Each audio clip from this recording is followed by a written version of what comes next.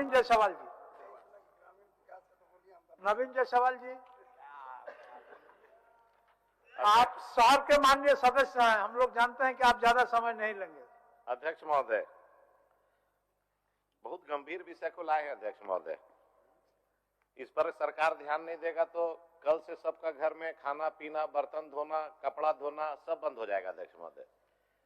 यह मैं बोल रहा हूं, यह सभा राज्य सरकार से अभिस्ताव करती है कि झारखंड राज्य में लाखों की संख्या में घरेलू कामगार कार्य कर रहे हैं।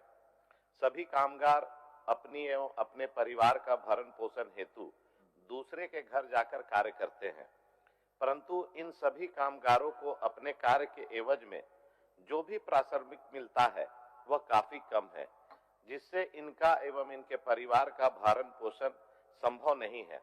राज्य सरकार की तरफ से घरेलू कामगार के लिए न्यूनतम वेतन संबंधी नियमावली बनाई गई है, परंतु उस न्यूनतम वेतन के आधार पर भी इन कामगारों को वेतन नहीं मिल पा रहा है। साथ ही साथ झारखंड राज्य में घरेलू कामगार के अधिकार, सुरक्षा एवं उनके भविष्य के लिए किसी प्रकार का राज्य स्तरीय कानून नहीं बनाया गया है, जिस कारण कामगारों को काफी परेशानी का सामना करना पड़ रहा है। कामगारों को सही समय पर उचित वेतन भी नहीं मिल रहा है। साथ ही साथ घरेलू कामगार को चोरी का आरोप, झूठा केस मुकदमा एवं थाना कोर्ट आदि जैसे समस्याओं का सामना करना पड़ता है। कभी कभी इन्हें गंभीर सामाजिक उत्पीड़न, मानसिक, शारीरिक एवं यौन शोषण के शिकार का सामना करना पड़ता है। इन सब कारणों से घरेलू कामगार का अपने दायित्व के प्रति उत्साह एवं मनोबल दिनों दिन गिरता जा रहा है। अतः सदन के माध्यम से सरकार से मेरा विशेष अनुरोध है कि घरेलू कामगार को अधिकार, सुरक्षा एवं उनके भविष्य को ध्यान में रखते हुए जल्द से जल्द एक राज्य स्तरीय कानून बनाया जाए, ताकि घरेलू कामगार के उज्जवल भविष्य के साथ साथ एम्प्लॉयर और घरेलू कामगारों के बीच अचेत नियोजन एवं संबंध स्थापित किया जा सके। यह सभा सरकार से अभिस्ताव करती है। माननीय मंत्री जी।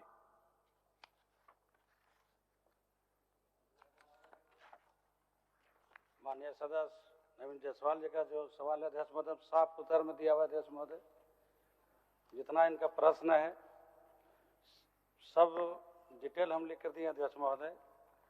कामगार के लिए, घरेलू कामगार श्रमिक है, उनका श्रम पोर्टल का भी हम लोग उनका निबंधन भी करवा रहे हैं अध्यक्ष महोदय। अभी पूरे झारखंड में जो 4309 घरेलू कामगार का भी निबंधन किया गया अध्यक्ष महोदय, और इनका जो भी शिकायतें मिलती है उसको सरकार निष्पादन भी करती है अध्यक्ष महोदय।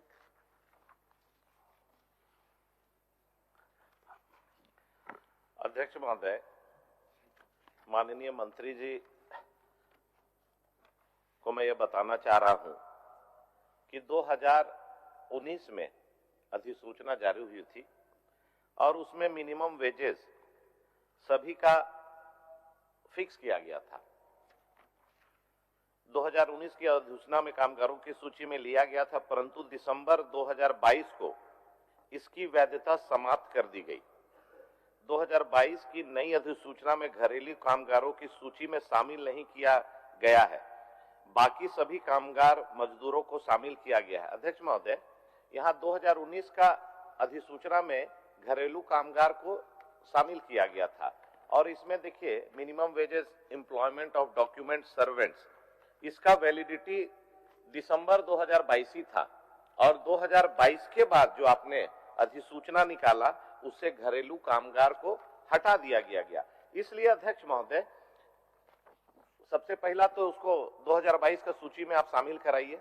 जो गलती से या भूलवश छूट गया होगा इसका कॉपी हम आपको दे देते हैं, भिजवा देते हैं सदन के माध्यम से। और हम लोग आए दिन देखते हैं अध्यक्ष महोदय कि हमारी बच्चियों के साथ क्या स्थिति है, क्या ट्रैफिकिंग हो रहा है। हम लोग देखते हैं कि बहुत अगल बगल, गुमला, सिमडेगा, सब जगह से यहाँ राजधानी और बड़े बड़े शहरों में हमारी बच्चियां काम करने आती है। उसको महीना में एक भी छुट्टी नहीं देता है, सप्ताह में छुट्टी नहीं देता है। कल मन किया उसको कल से काम से बाहर निकाल दिया।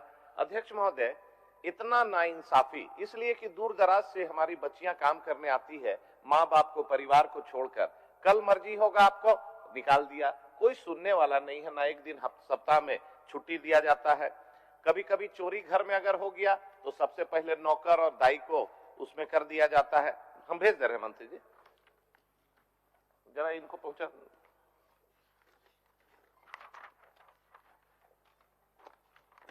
इसमें 19 और 22 का है, मंत्री जी देख लेंगे।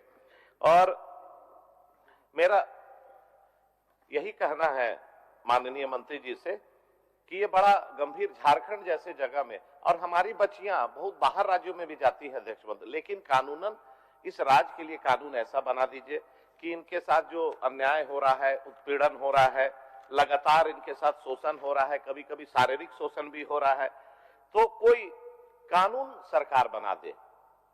और कानून बनाने से वैसे घरेलू कामगार के लिए एक कवच के रूप में रहेगा अध्यक्ष महोदय, और कहीं पर हेल्पलाइन नंबर रहे कि किसी के साथ, हमारे पास और आप लोगों के पास भी कई माननीय सदस्य हैं, कभी कभी हर हफ्ता 2 हफ्ता में लोग आते हैं कि भैया देखिए 2 महीना हमसे काम घर वाला करा लिया, अभी पैसा मांग रहे हैं तो हमको बाहर निकाल दिया।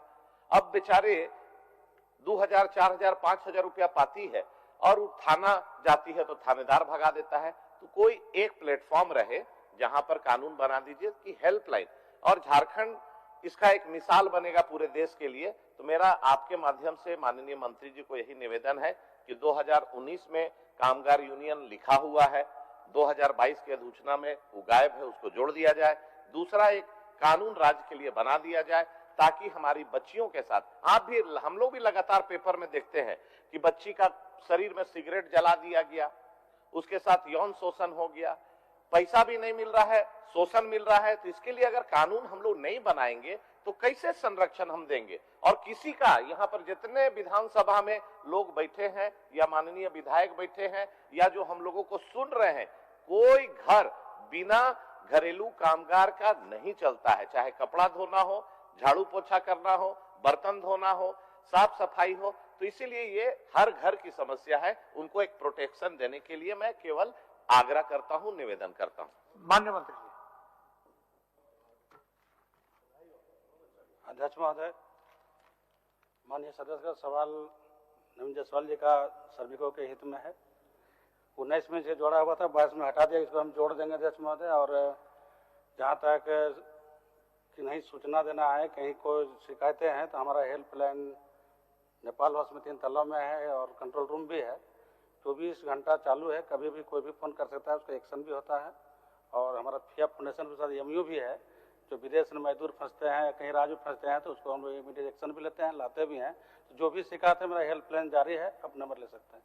धन्यवाद। चलिए, केवल मेरा मंत्री जी संवेदनशील है, सब अच्छा बात बोल रहे हैं, केवल एक घरेलू कामगार के लिए अलग से कानून बना दीजिए, बस इतना ही निवेदन है। माननीय मंत्री जी, बस घरेलू कामगार का एक बना दीजिए, पुराना कानून का समीक्षा करते हुए। माननीय मंत्री जी, कानून तो आपके राज्य में है, लेकिन उसको समीक्षा करके और उसको कैसे किया जाए ताकि लोगों का असुविधा न हो, इसको ध्यान में रखते हुए।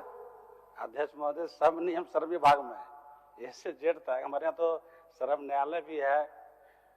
जो भी झारखंड में कंप्लेन आता है उसका निष्पादन भी हो रहा है।